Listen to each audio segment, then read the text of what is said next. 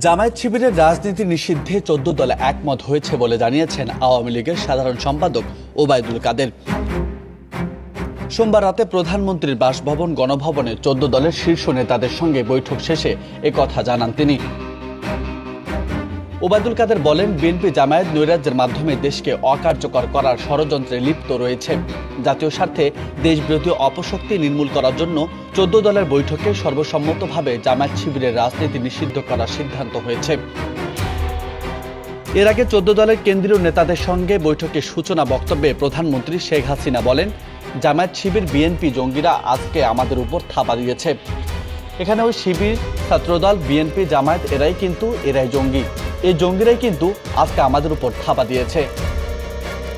কোটা সংস্কারের দাবিতে বৈষম্য বিরোধী ছাত্র আন্দোলন প্রসঙ্গে শেখ হাসিনা বলেন, এদের উদ্দেশ্যটা এখন বোঝা যাচ্ছে যে কোটা কোনো ইস্যু না। একে একে যে কয়টা প্রতিষ্ঠান বাংলাদেশের সেবা দেয়, যে কয়টা প্রতিষ্ঠান বাংলাদেশের মানুষের জীবনমান উন্নত করে, সেটাই ধ্বংস করা হয়েছে।